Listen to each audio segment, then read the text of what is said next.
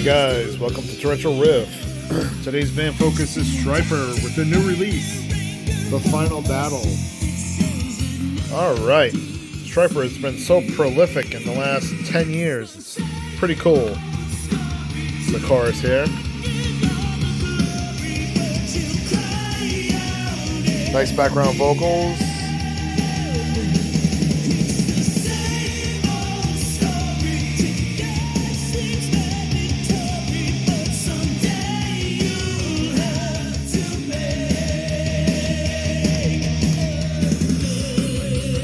Alright, let's get into it here.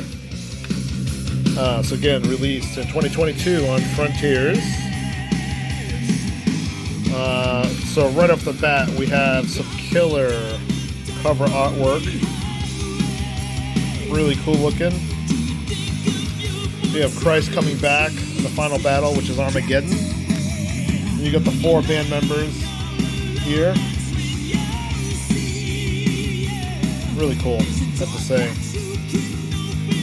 10 out of 10 on that cover art there. So let's take a look at the packaging. Pick another song here. Actually, let's start the first track, Transgressor. So when you take the CD out, you got a nice cool picture of the band there. Love that picture. So I got some critiques and some positives, so let's go through it. Michael hitting this scream. I think it's 15 seconds long.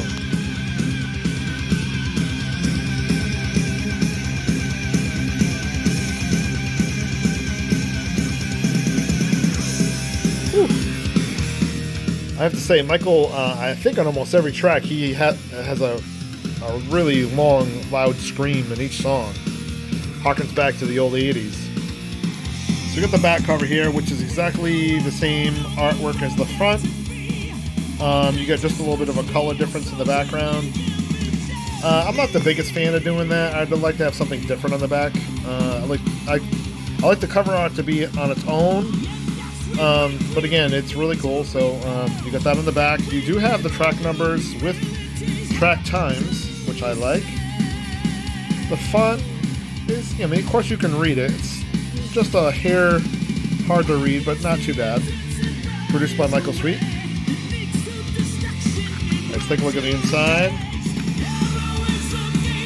So you open up, you get the Final Battle.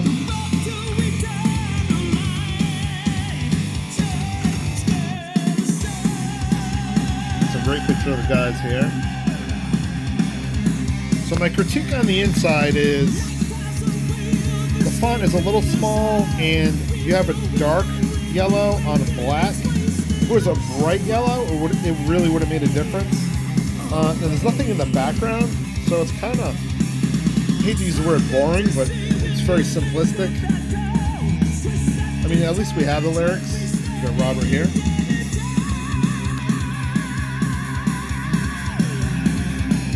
Saraz. So again, just nothing going on. Perry. So again, just kind of blah. Yeah. Cool band photo here.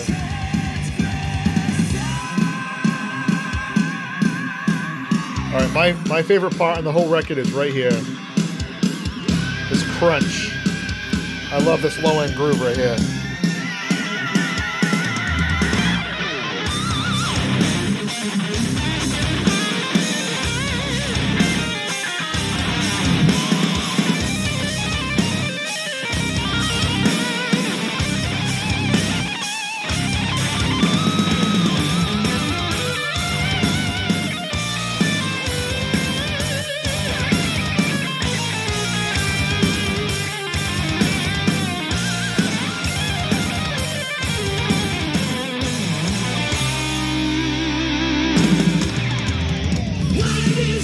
So that's the favorite style that I like, is that low end groove crunch. There's not a whole lot of that in this record.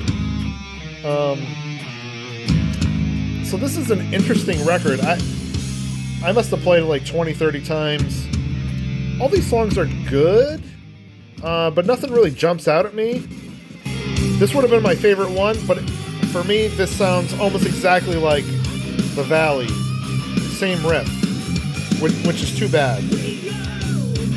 It's almost exact. So this would have been my favorite song, but I just can't give it to it because it's too similar to The Valley, which is a shame. Oh, we did this one already. Let's go to the next one. This is Heart and Soul. This one's good.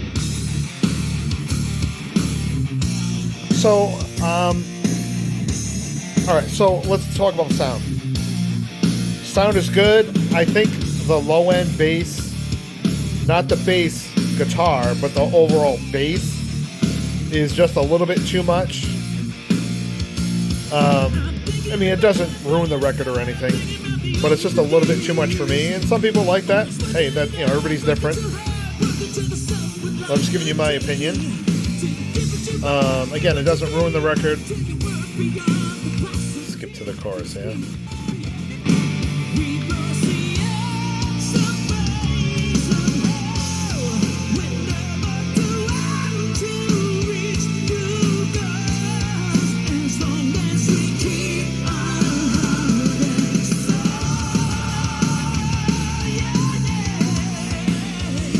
So, all these songs are good. Nothing really jumps out at me where even The Devil Believes, there's going to be 5 or 6 huge, amazing hits for me. This is Near. So this is one of the standout tracks for me. And I don't even like ballads. So the chorus is just monstrous. That part right there. That makes the song when he goes up.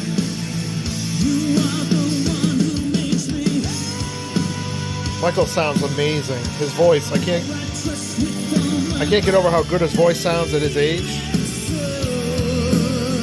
I mean, very similar to even the 80s.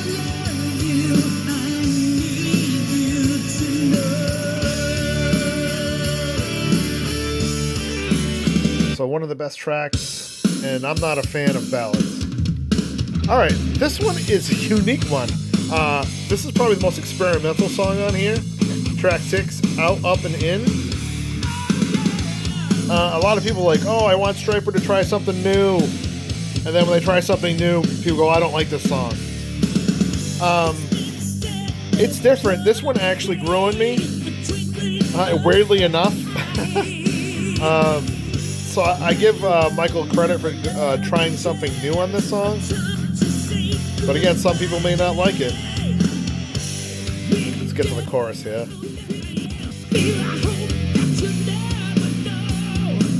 There it is, coming up.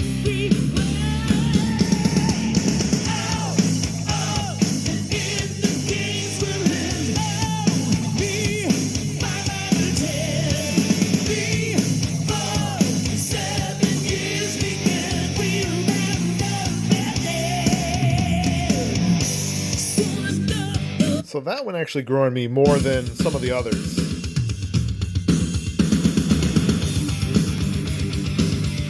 See, this type of guitar, I'm not the biggest fan of. I like more of the low-end, crunchy riffs.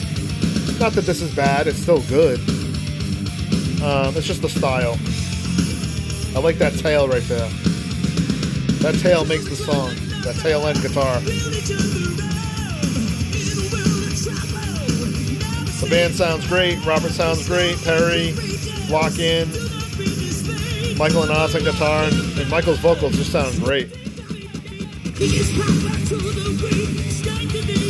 Again, these songs are all good. Nothing really stands out. It's not a bad thing.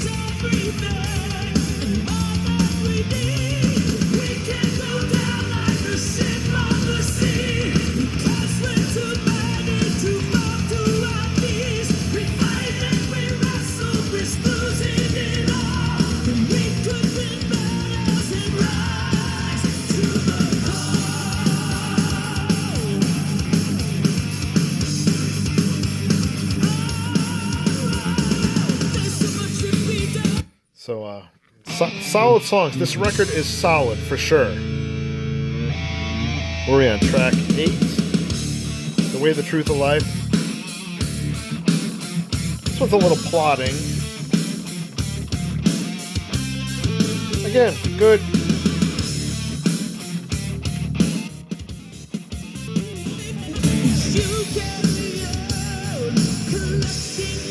So guys, if you want to hear a detailed, in-depth review, I was part of a block party hosted by Area 312, and I'm going to leave the link in the description if you want to get Strypered out and get into detail from here. Different, I think it's 10 or 11 guys talking about the new record, and everybody's got a different opinion, which was really cool to hear. Check that out. I'll leave the link in the description. Also, I think Kent, the host of Area 312, here's the chorus. Sorry, I'll get back to that. Michael can still hit those highs.